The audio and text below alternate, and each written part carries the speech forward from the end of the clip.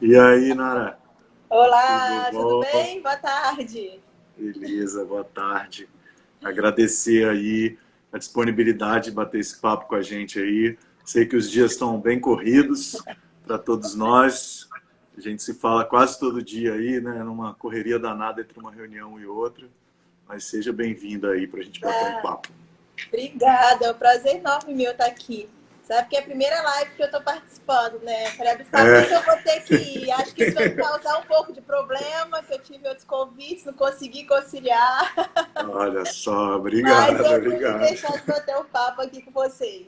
Que honra, que honra. Eu estou me familiarizando também, né? Eu comecei na semana retrasada, conversei com a secretária de Cultura lá do Pará, com alguns outros especialistas em cultura também. Está sendo bem legal, uma oportunidade assim para colocando as ideias também, dando uma oxigenada nas ideias, né? Ouvindo o público participando também, acho que vai ser legal. Nara, vamos conversar nosso papo. Eu queria que você falasse um pouquinho sobre essa a rotina de trabalho, né, sua agora com coronavírus, com a pandemia. Sei que está todo mundo mudando essa forma, né, tanto a questão do teletrabalho, a gente que está na gestão, uma intensidade, né, de demandas, de urgências, né, difícil até de organizar tamanha são essas urgências. Queria que você falasse um pouquinho nessa perspectiva do trabalho também, na sua vida pessoal, aí como é que você está lidando, né, para manter a cabeça no lugar, né, a saúde aí nesse momento também. Sei que você gosta muito de rock, muito de música. Adoro rock, amo música. É, assim, acho que a rotina da Secretaria de Direitos Humanos sempre foi muito agitada, né? Assim, porque é uma secretaria nova no estado, é uma secretaria que está em construção e o nosso trabalho é muito mais um trabalho de articulação com as outras secretarias, de promoção de direitos humanos, né?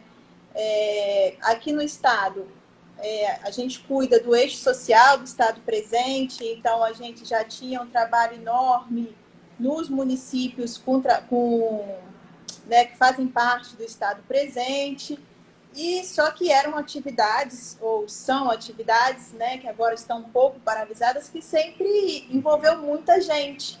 Né? Todas as nossas atividades, desde formação, as atividades com os coletivos, as atividades diretas na ponta, com os municípios, eram atividades que envolviam muitas pessoas. Então, assim, nesse momento agora, a nossa rotina mudou muito. Primeiro, né, com o teletrabalho, grande parte das pessoas estão trabalhando em casa.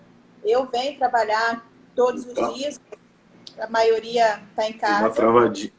Deu uma Voltou. travadinha? Voltou. Mas.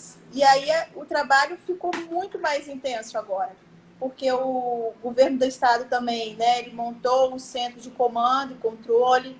Então, todos os dias a gente tem as reuniões que começam ou 7h30 da manhã ou às 8h, e ali a gente discute questões de saúde, questões sociais, questões econômicas. Dessa reunião saem vários encaminhamentos, e aí a gente tem que fazer essa articulação desse eixo social com todas as outras secretarias, com os municípios. Então, assim, é um trabalho que o volume aumentou muito, e aí, como eu costumo dizer, né, a saúde é um dos direitos, é um dos nossos principais direitos humanos, né? Depois da vida, tem liberdade e saúde, ou saúde e liberdade, né? Então, a gente está num momento de ter que proteger um direito humano extremamente importante, um direito fundamental. Então, assim, todos os dias eu começo nesse centro, aqui na nossa rotina, eu brinco que meu dia começa saindo de lá, a gente vem para cá, para a secretaria, e começa então as articulações, seja com outras secretarias, seja com os municípios, no sentido de agora reorganizar essas ações sociais, né? Assim, Uhum. as secretarias estão se reinventando. A Secretaria de Tecnologia e Informação, né, o Qualificar S, que era um sucesso no Estado, é um sucesso, agora ele é todo online.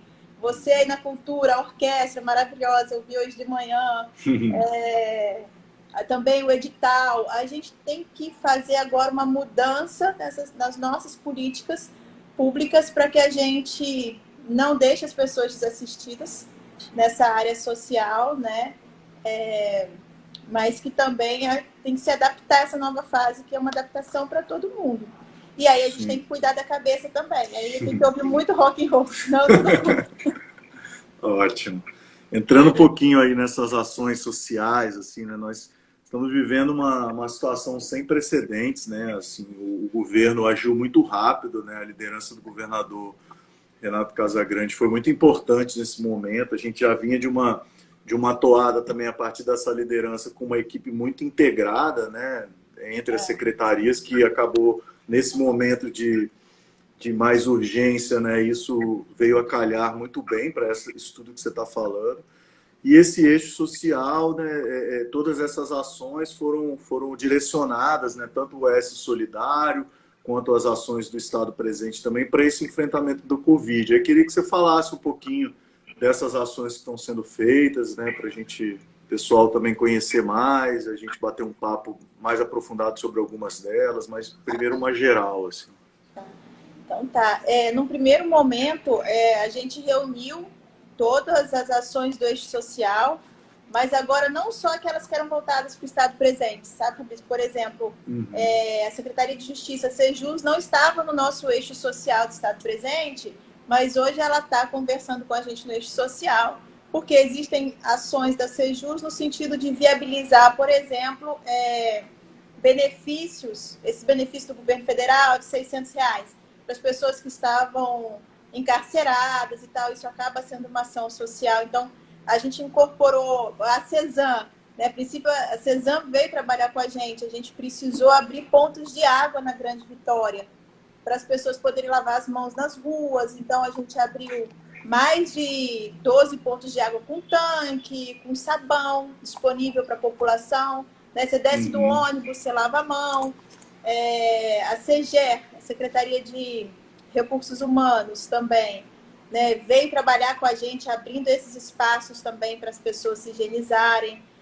Então, desde essas ações mais práticas do dia a dia, a gente fez até as ações informativas, né? A gente trabalha aqui com políticas específicas para quilombolas, para os povos ciganos, para indígenas. Então, no primeiro momento, a gente criou campanhas informativas mesmo. São povos tradicionais, são culturas que fazem grandes festas, que tem esse hábito da aglomeração, essa coisa que é nossa, do abraço, tá? Então, como orientar para essas festas, né? E para esses espaços não se tornarem um espaço de contaminação. Então, a gente fez essas ações também informativas, trabalhando junto com a DERES, né? Que é a nossa agência que cuida aí das políticas para os microempreendedores, também com uma forma de abrir edital para beneficiar famílias da economia solidária com cestas básicas, criando possibilidade dos bancos comunitários, né? A gente tem 12 no estado, mais 11 que efetivamente trabalham, terem crédito para dar o crédito para a comunidade, enfim. A gente foi aliando todas essas ações nesse eixo social para que a gente consiga alcançar o maior número de pessoas, evitando aí, né, que os problemas não sejam só de saúde. Então, a educação foi um ato extremamente importante do governo do estado, e logo que a gente pensou, não vai ter aula, mas quantas crianças vão para a escola e adolescentes e precisam da merenda escolar? Então, uma sensibilidade, uma responsabilidade muito grande do governador, do secretário Vitor, de fazer, então, a criança não vai para a escola, mas ele vai receber a cesta, a criança vai se alimentar do mesmo jeito. Então, assim, eu falo muito, tá? Você pode me interromper. Não, é isso aí. Adoro falar, sou advogada, tem, né? Tem um ponto interessante, assim, que é da estrutura desse suporte social, que já é, né, como funciona, que é uma parceria muito forte com os municípios. Então, houve a antecipação do recurso, né, do fundo para os municípios atuarem. Então, assim, muito desse trabalho na ponta, né, direto da distribuição da cesta básica, da assistência, acontece nos municípios. Queria que você explicasse um pouquinho essa estrutura, porque às vezes, né, para o pessoal entender um pouco os papéis aí, né, de cada um. Muito bem lembrado. Às vezes existe essa confusão mesmo, né, dos papéis, o que é do governo do estado e o que é o município, né? Então, muitas atividades, né, dos CRAS, né, do Centro de Referência de Ação Social, Centro POP, né, que são os Centros para População em Situação de Rua, que acontecem na ponta, são de responsabilidades do município, esses serviços. Então, o que o Estado fez? O Estado ele fez um repasse financeiro grande para os municípios, né? Foram 20 milhões de repasse financeiro para que os municípios possam utilizar nessas ações sociais. E aí é importante a gente lembrar que nós fizemos uma grande reunião com os prefeitos, a vice-governadora, a secretária Cíntia de Assistência Social, falando para eles da importância, né, de se desenvolverem nessas ações sociais, ou com cesta básica, ou com kit higiene, auxiliando as pessoas em situação de rua.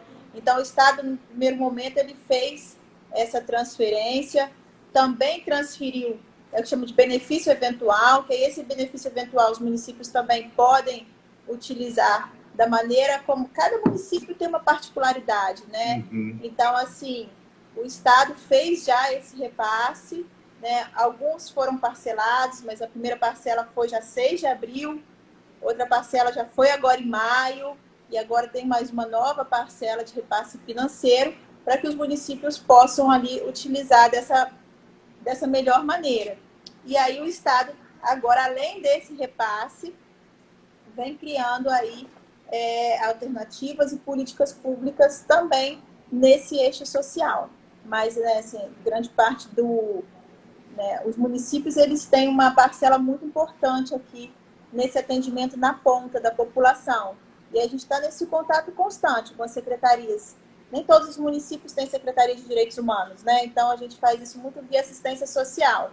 Então, a Secretaria de Assistência Social, Secretaria de Saúde, a gente nesse diálogo com melhor utilização desse recurso. Mas já foram mais de 20 milhões aí de repasse para os municípios.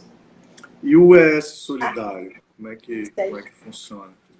O ES Solidário é uma iniciativa muito legal do governo e que aparece nesse momento em que a gente, né, foi procurado, algumas empresas começam a procurar e tal, e como organizar a sociedade civil para que a gente possa fazer também essa parte de solidariedade, de empatia com as pessoas que estão precisando mais. Então, assim, além do Estado, né, cumprir com a responsabilidade dele, com esses repasses financeiros, com garantia da alimentação na educação, com o edital de cultura que vocês fizeram, com todos esses serviços, a gente sabe que não é suficiente. Né? A pandemia é mundial, todos os países estão em crise. Então, a gente começou a organizar as doações da sociedade civil. E aí o governo lança, então, o ES Solidário. A gente recebe doações de cesta básica, de kit higiene, mas a gente recebe máscaras, a gente recebe álcool em gel, fraldas geriátricas, enfim. A gente também recebe serviço, se você não tem nada para doar, mas quer ajudar com algum serviço, né, que seja uma reforma de algum lugar e você não sabe onde você vai reformar, algum serviço de internet. Tudo isso é por meio de um decreto do governo e a gente organiza essas doações. Elas podem ser feitas diretamente nos postos dos bombeiros, nas bases, a gente tem 17 bases, e aí, ou em dinheiro, a gente tem o site do coronavírus /S Solidário. E esse dinheiro também vai ser revertido em cestas básicas. A gente já doou mais de 4 mil cestas, a gente já arrecadou mais de 4 mil cestas e cuidamos dessa distribuição. E como é que a gente faz essa distribuição? A gente estabeleceu o critério de pessoas que estão na linha de pobreza ou abaixo da pobreza. E aí quem nos ajuda muito e é fundamental é a sociedade civil. É fundamental a sociedade civil doando e é fundamental a sociedade civil nos ajudando nessa entrega. A gente listou diversos coletivos, alguns são bem conhecidos já aqui na internet, né? Outros não são tão conhecidos, associações de moradores, igrejas, lideranças comunitárias, passa um e-mail para a gente, liga, pede, a gente foi fazendo essa lista e a gente vai fazendo a distribuição conforme a gente arrecada. E aí, assim, a gente já atendeu 11 municípios, então a gente não está atendendo só a Grande Vitória, a gente consegue ir para o interior e a gente está fazendo também, tendo cuidado de atender, como eu falei, a população indígena, atender a população cigana, quilombolas, a gente vai fazendo essa distribuição. Mas para isso a gente precisa de doação, né? Às vezes, mas vocês só mandaram X cestas, é porque a gente só tinha aquelas cestas. A partir do momento que a gente vai recebendo, isso é feito pelo Corpo de Bombeiros, com um trabalho incrível deles também, dessa logística, da distribuição, é muito legal. É muito gratificante. E aí não tem nem sábado e nem domingo. Você perguntou da nossa logística, e aí a gente fala assim, as pessoas estão com fome, elas precisam receber a cesta. Sim. Se a cesta chegar lá na sexta-feira, do Corpo de Bombeiro, no sábado a gente dá um jeito de entregar. Então, assim, desde que começou todo esse processo, os primeiros dias eu estava em casa, isolamento social, isolamento domiciliar mesmo, né? Mas desde que eu saí do isolamento, a gente trabalha sábado e domingo e feriado, direto, porque a gente precisa trabalhar direto aí com a equipe aqui da Secretaria de Direitos Humanos e dos bombeiros nesse trabalho do OS Solidário. E a gente está fazendo uma parceria bem legal, né, com esses conteúdos digitais que a gente começou a produzir agora lá na Secretaria da Cultura, né, que a partir do momento que fechou os espaços, fecharam as atividades, a gente começou e tem muita coisa ainda para ser lançada, né? Eu tenho os cafés da manhã da orquestra, né, que você comentou, e todas essas ações digitais, né, da Secretaria da Cultura, a gente vai direcionando o link e informações sobre a campanha do OS Solidário. Inclusive, a gente está planejando, para o meio de maio, né, uma grande mobilização, né, a live solidária com a orquestra, uma grande ação para justamente mobilizar, né, a sociedade civil, os empresários, né, as empresas, para doarem e utilizar dessa estrutura do OS Solidário nessa distribuição. Antes você comentou sobre essa questão de que as ações do governo, né, elas vão se sobrepondo, vão atingindo vários objetivos e que uma sozinha não é suficiente, dada a complexidade, né, de tudo isso.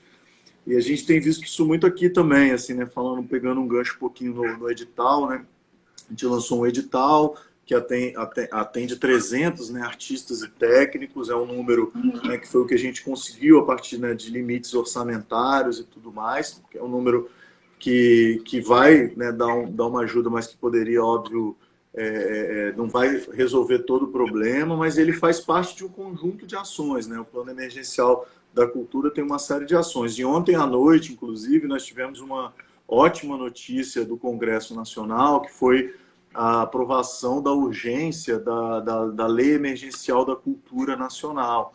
A gente precisa do governo federal atuando junto, né, com esses grupos, com essas comunidades. A capacidade orçamentária do governo é muito maior. Né? Para você ter uma ideia, esses projetos de lei, eles partem do nosso próprio Fundo Nacional de Cultura, que hoje tem 890 milhões no orçamento de 2020, mais 350 milhões do superávit de 2019, que estão lá e que não tem política, que a secretária especial da Regina Duarte não abriu nenhum edital, não fez nada, e esse dinheiro está parado lá no fundo e agora deve ser votado na terça-feira. E aí inclui os artistas na renda dos R$600 lá do governo federal e também durante 4 meses, R$15.000 por mês para coletivos, pontos de cultura, estúdios de música, de audiovisual, até 15 mil, de 12 a 15 mil se estima desses pontos pelo Brasil vão ser beneficiados. Foi uma grande notícia aí que a gente recebeu ontem à noite, uma articulação que a gente vem fazendo aí umas 2, 3 semanas aí com os parlamentares. E aí, Nara, pegando o gancho aí desses grupos, desses pontos, dessa interface aí entre o ativismo, entre a cultura, entre os direitos humanos, esse trabalho na ponta tem sido muito bacana. Você chegou a comentar já isso aqui. Como que você tem visto esse trabalho da sociedade civil, esse engajamento nessa mobilização, tanto em relação a doações, quanto outras ações que estão acontecendo nos territórios, né, nas periferias do Brasil, nos grupos nas minorias, enfim, toda essa diversidade aí do país. Vou te falar, só vou voltar num ponto aqui atrás. Você falou que né, que bom que vocês tiveram essa notícia aí do governo federal. Para a gente aqui em Direitos Humanos, a gente não está com muitas notícias assim tão boas. Ontem mesmo a gente recebeu um ofício aqui da Defensoria da União, né? Porque quando a gente pensa nos territórios indígenas, são de responsabilidade do governo federal. E eles estão, mesmo assim, a gente não tem esse retorno do governo federal com investimentos ainda nessa área. A gente espera que a gente tenha, a gente pergunta, a gente pede, enfim. Mas aí o Estado tá fazendo esse atendimento. A gente esteve lá com a S Solidário, com muitas cestas, com álcool em gel. Hoje a gente voltou lá com as fraldas geriátricas para a população mais idosa que usa. Então, assim, fico feliz que na cultura você tem aí essa possibilidade. A gente está guardando isso aqui, porque por enquanto o que a gente faz no Estado, em direitos humanos, é com recurso do governo do Estado, que mostra o compromisso do governador Renato Casagrande com a pauta também dos direitos humanos, né, dos direitos sociais. Então, isso é muito importante. E, assim, ver o engajamento desses coletivos, geralmente de pessoas jovens, né, da juventude, eu acho que isso que traz um pouco de esperança para a gente também, né, que os dias estão muito difíceis, os dias estão pesados, mas ali você tem tantos grupos de pessoas solidárias, demonstrando afeto, demonstrando cuidado, empatia com o outro, e isso é super importante. Assim, acho que a gente vai atravessar melhor esse período, porque a gente tem essa garotada aí, as juventudes todas envolvidas nesse processo, né? Seja por meio das doações de cesta básica. A gente visitou um coletivo que faz máscaras, eles ganharam tecido, e são mulheres. Ali em Jesus de Nazaré, aí um beijo para elas do Mão da Massa, elas vão fazer 5.000 máscaras para serem doadas. E lembrando, uma ação do S Solidário que foi muito legal, foi a doação de máscaras também para as mulheres vítimas de violência, né? Às vezes as mulheres chegam a delegacias que conseguem sair, porque também tem o boletim online para a mulher não precisar sair de casa. Depois a gente pode falar disso, mas assim, essa doação, né, de mulheres se solidarizando com outras mulheres. Então, acho que tudo isso é importante em vários sentidos, de garantir a saúde, a sobrevivência, mas também para garantir aquilo que você perguntou logo do início, né? Um pouco do afeto, do equilíbrio emocional, porque isso mexe com todo mundo, né? Eu fiquei 15 dias trancada em casa, eu não podia abraçar meu companheiro, meu marido. Era um terror, assim, como você está dentro de casa e você não pode encostar na pessoa que você vive com ela, assim, não podia dormir no mesmo quarto. Então, isso é tudo é um período muito doloroso. Então, eu acho que essas iniciativas, elas dão esse fôlego pra gente, né? Elas garantem mesmo um pouco mais de cidadania, mas elas garantem o afeto também. Acho que o mundo está bem carente, assim, né, de afeto, de amor, e isso é importante. Acho que isso dá um ânimo também para continuar. Sim.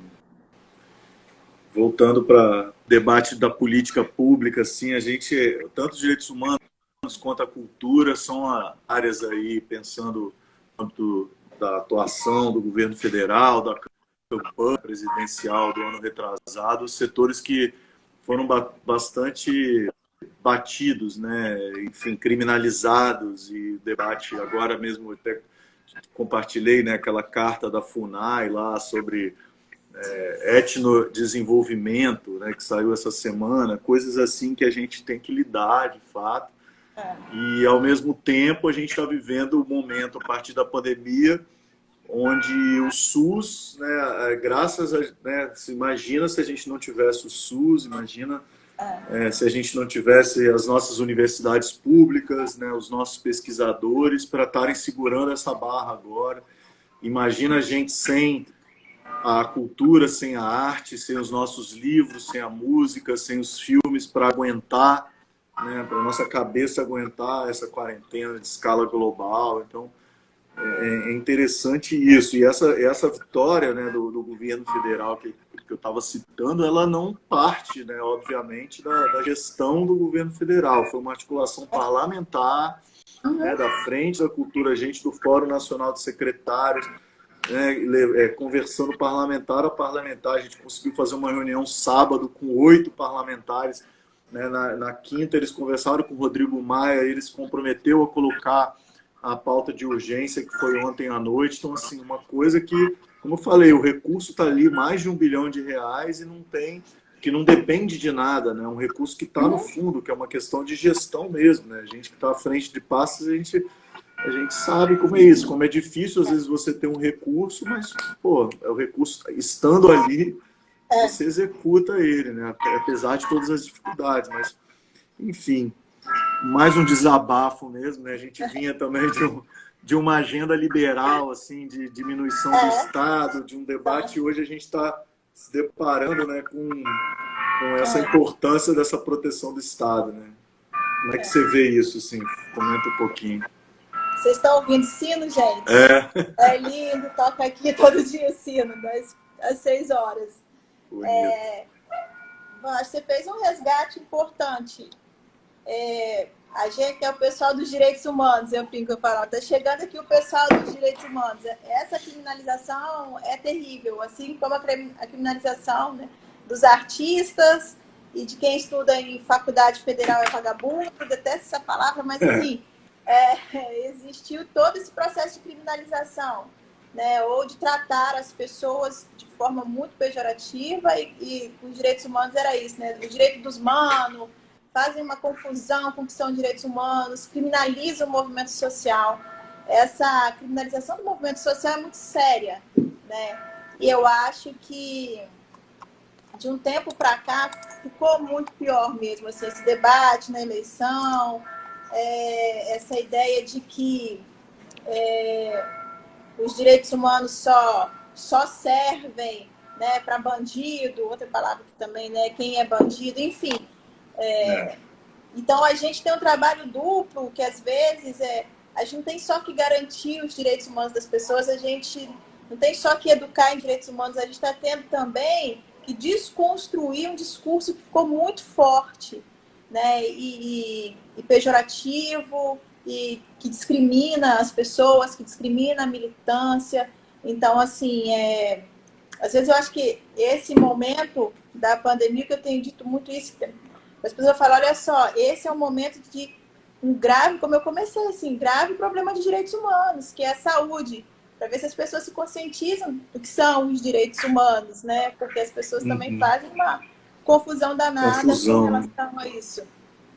Então, assim, é super importante ter esse debate, trazer isso à tona, e eu acho que ficou um período muito difícil, né? Assim, o discurso das nossas lideranças, o sinal que as nossas lideranças passam, ele tem muita força, né? Então, quando uma liderança fala que a mulher pode ser estuprada, ou que não deveria ser estuprada, que ela é feia, ou seja, né, tá falando o que ele entende por estupro ou pelo nosso corpo, né, o corpo de uma mulher, quando então, toda essa discriminação, o que às vezes são piadinhas que não são piadas, que você não tem que fazer. Isso faz com que algumas pessoas ouvem isso e falam, ele é meu líder, ele está fazendo, eu vou fazer também. Então, acho que a gente passa por um momento, assim, desses sinais que são trocados, dessas falas, que tem dificultado bem o trabalho mesmo da militância, de direitos humanos, da cultura, dos artistas. Acho que é um momento de resistência muito forte que a gente tem que passar e de construir novos caminhos e de derrubar outras barreiras, né? Nunca foi fácil. A luta da cultura nunca foi fácil, dos direitos humanos nunca foi fácil, mas eu acho que agora a gente está passando por um problema ainda mais delicado. E esses sinais trocados aí chegou até o ponto da saúde pública, né? A própria questionamento da quarentena, isso influenciou muita gente, né? A gente está vendo aí carreatas, né, essa semana na prainha, lá um grupo grande de pessoas reunidas totalmente desprotegidas, né, pelos protocolos. a partir desses sinais trocados, né, que extrapolaram aí o ambiente dos direitos humanos e da cultura.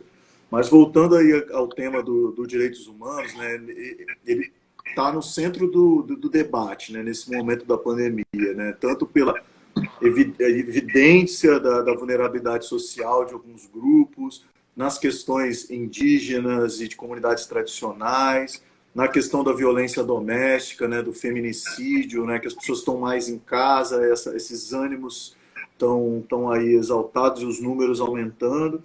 Questão internacional de refugiados, né, que esses fluxos migratórios e como que isso vai depois da pandemia, né, como é que isso vai ficar. Eu queria que você fizesse um comentário assim mais geral assim do direitos humanos nesse mundo da pandemia.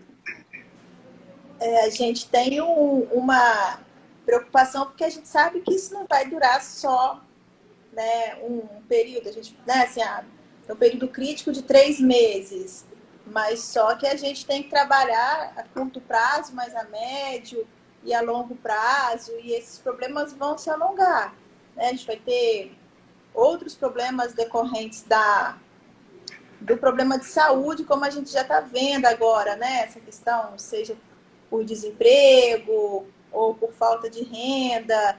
E aí tudo isso interfere muito na questão dos direitos humanos, né? Isso, né, cria outros problemas que a gente vai ter que pensar e formular em conjunto.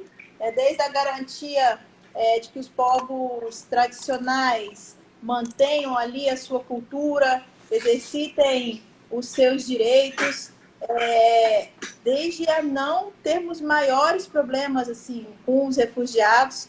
Acho que a gente precisa ter esse olhar. Me preocupa muito essa xenofobia, essa ideia de vai ter crise econômica e as pessoas elas precisam sobreviver. Então a gente tem que acolher essas pessoas. Elas estão aqui, elas estão no nosso estado, elas estão no nosso país. A gente vai ter que se organizar de alguma maneira para receber essas pessoas e quebrar esse preconceito que existe mesmo, porque começa a criar também, como a gente falou, todo esse estereótipo. Então, assim, um período só, assim, né? É importante para os direitos humanos no sentido de que as pessoas, talvez, né, tendo esse olhar mais solidário, de entender o outro também como ser humano, a gente consiga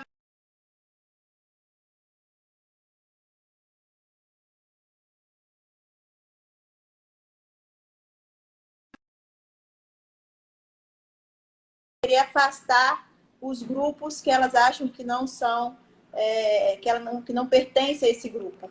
Então, assim,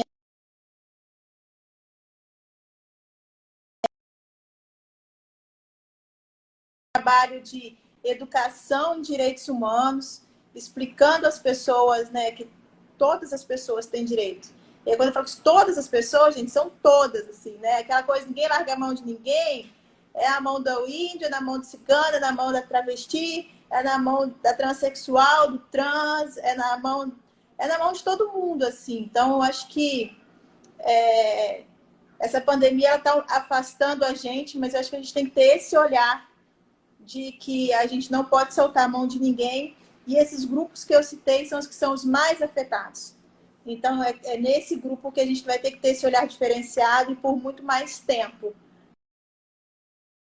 a sofrer. A gente fica pensando como a gente vai lidar com um vírus tão forte desse numa aldeia indígena, né?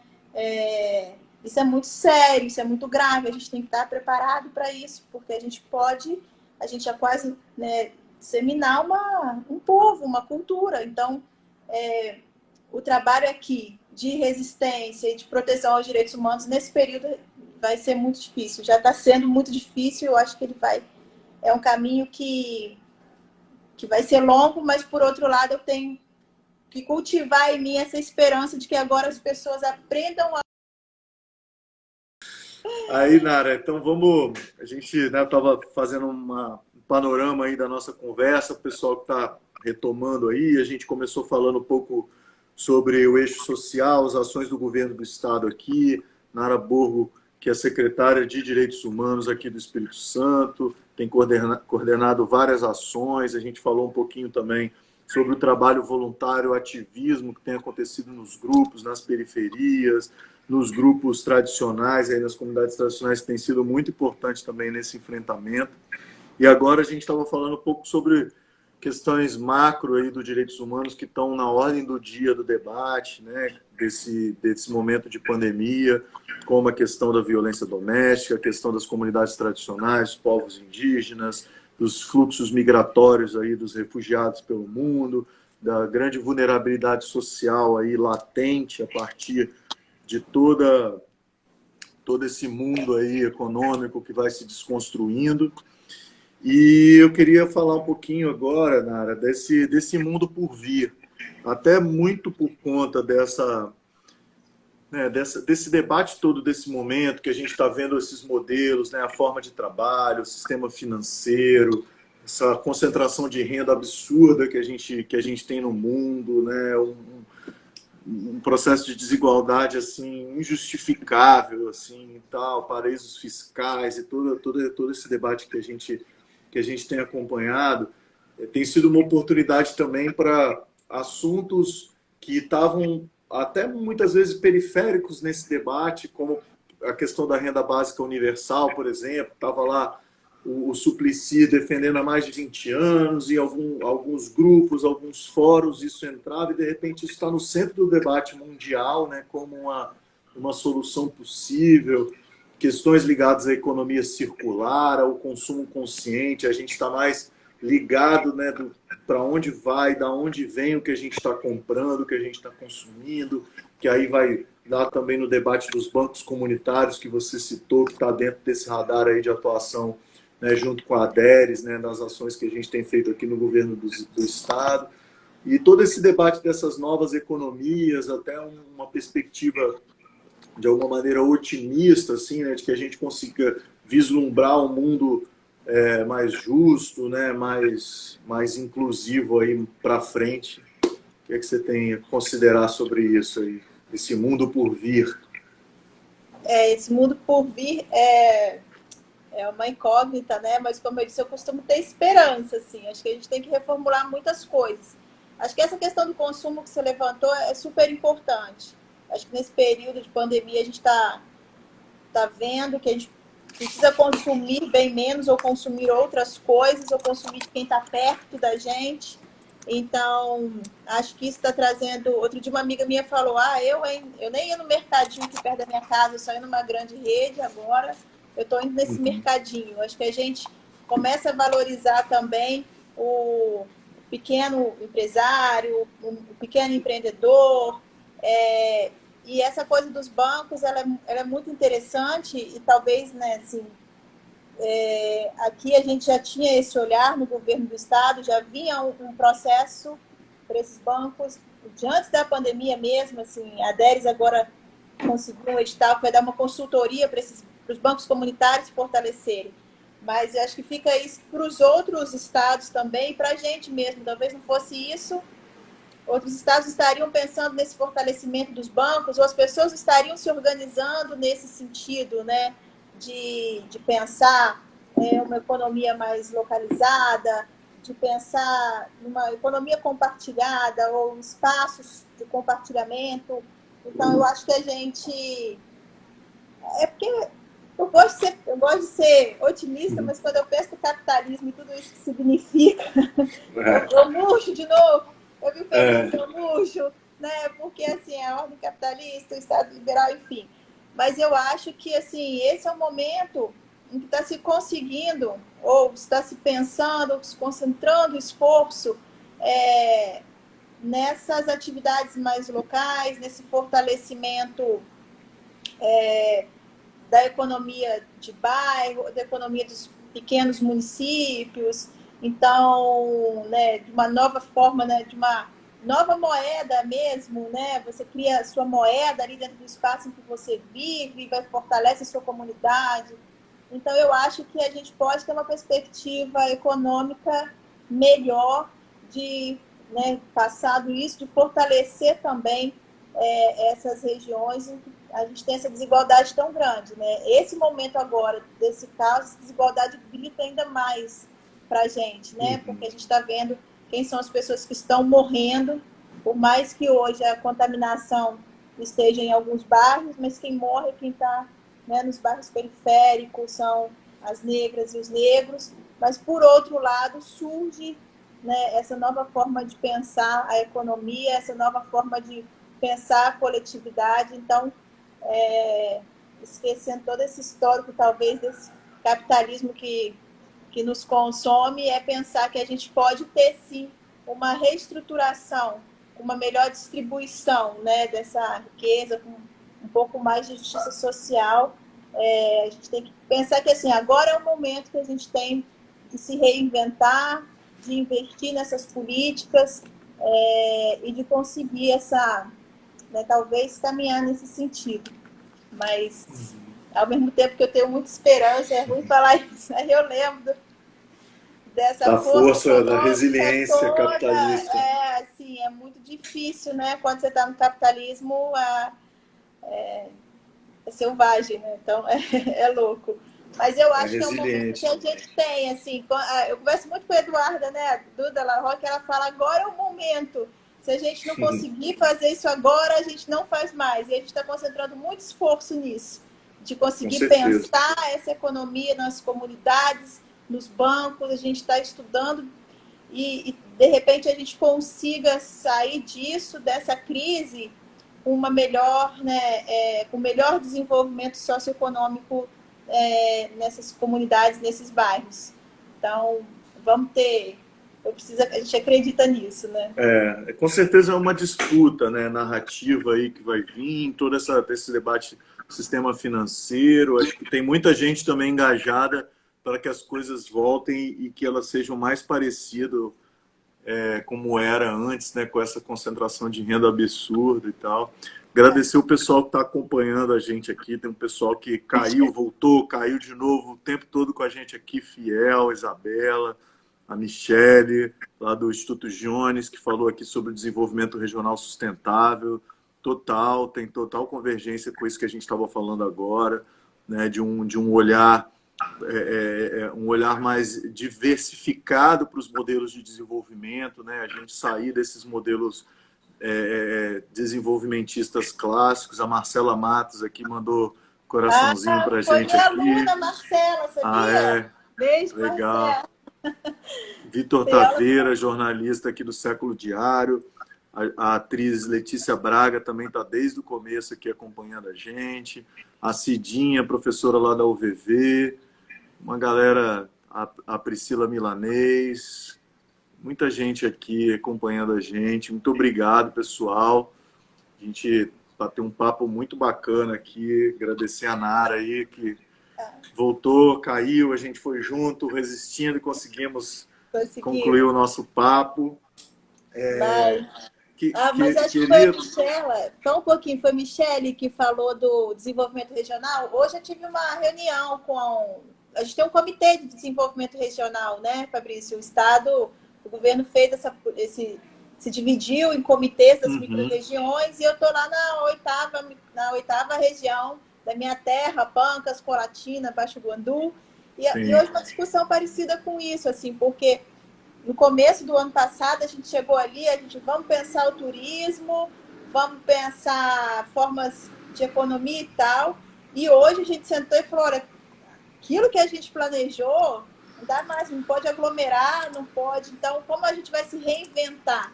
Né? E aí eu acho que, né, como ali naquela região, que é muito forte a agricultura, a questão das pedras ornamentais, agora a gente pensar uma forma de reinventar essa economia com outro olhar, com essa distribuição ali, né, e fortalecimento das regiões. Isso é bem importante, assim. É o momento da gente pensar sobre isso mesmo. Desculpa, eu te interrompi, mas é porque uma das reuniões de hoje foi como a gente vai reinventar essa oitava micro-região, né, que passou com um problema de seca, muita seca, e agora a gente vem com essa pandemia, e aí tudo que a gente tinha estruturado parou, a gente vai ter que se reinventar. Sim, total. Né? Então, eu tô lá na do Sul, lá de Cachoeiro e tal. Tem todo esses planejamentos estratégicos, né? Acho que é um momento mesmo de repensar. A gente estava falando muito sobre esse sistema econômico e tal, mas muito sobre o papel das políticas públicas, o papel do Estado, né? Eu acho que isso também é importante a gente refletir, né? Nesse momento, a gente falou antes, né, da importância do SUS, da importância da universidade pública, né? Como que isso, né, em pesquisa e tudo. Imagina a gente com investimento em pesquisa robusto de anos agora enfrentar essa pandemia, né, produzindo os próprios equipamentos, né, as próprias, né, enfim, tudo isso que a gente está cansado de saber e insistir. Acho que é um momento importante da gente refletir sobre isso, assim.